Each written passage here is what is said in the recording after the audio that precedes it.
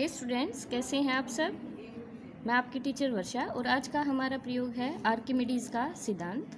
Archimedes के सिद्धांत के अनुसार जब किसी अविलेय ठोस वस्तु को पूर्ण अथवा आंशिक रूप से किसी द्रव में डुबोया जाता है तो उसके भार में कमी आ जाती है।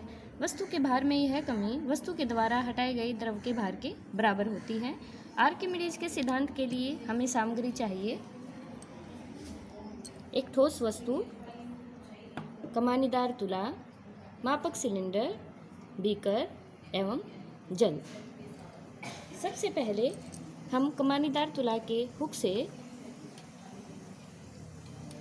भारी वस्तु को लटकाएंगे और कमानीदार तुला पर इसका मान नोट करेंगे। जैसा कि हम देख पा रहे हैं कि कमानीदार तुला पर वस्तु का भार 200 ग्राम फोर्स है, तो ये हम W1 के रूप में नोट कर लेंगे।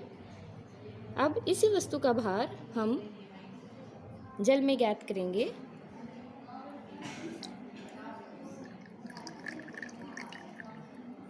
हम देखेंगे कि कमानीदार तुला पर वस्तु का भार 200 से घटकर 170 ग्राम फोर्स हो चुका है। इसे हम W2 के रूप में नोट कर लेंगे। अब हम वस्तु के द्वारा हटाए गए जल का मान देखेंगे। यह आप देख पा रहे हैं कि यह 30 ml है। यह जल के आयतन को हम नोट करेंगे।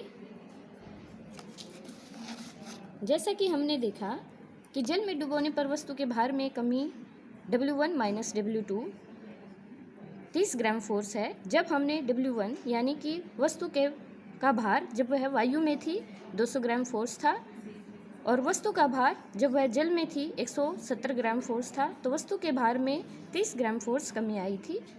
ठोस वस्तु द्वारा हटाए गए जल का भार जैसा कि हमने देखा था उसका आयतन 30 ml था, तो इस हिसाब से जल का भार 30 ग्राम फोर्स होगा। और हम यहाँ देख पा रहे हैं कि जल में डुबोने पर वस्तु के भार में जो 30 ग्राम फोर्स की कमी आई थी उतना ही भार ठोस वस्तु द्वारा हटाए गए जल के भार का रहेगा। तो इस तरह आर्किमिडीज का सिद्धांत सिद्ध होता है कि जब किसी वस्तु को जल में डुबाया जाता है तो वस्तु के भार में जो कमी आती है वह ठोस वस्तु द्वारा हटाए गए जल के भार के बराबर होती है। ऐसा क्यों होता है? ऐसा उत्प्लावन बल के कारण होता है। जैसा कि हम जानते हैं कि जब किसी वस्तु को द्रव में डुबोया जाता है तो द्रव उस वस्तु पर ऊपर की तरफ एक बल लगाता है, उसे उत्प्लावन बल कहते हैं। आप यहाँ देख पा रहे हैं जब वस्तु को नीचे डुबोया जा रहा है तो जल उसके ऊपर की तरफ एक बल लगाता है जिससे वह वस्तु बार बार ऊपर आ रही है। इसे उत्प्लावन बल कहा जाता है और वस्तु के भार में आई कमी भी इसी उत्प्लावन बल के कारण होती है। Thank you, have a nice day.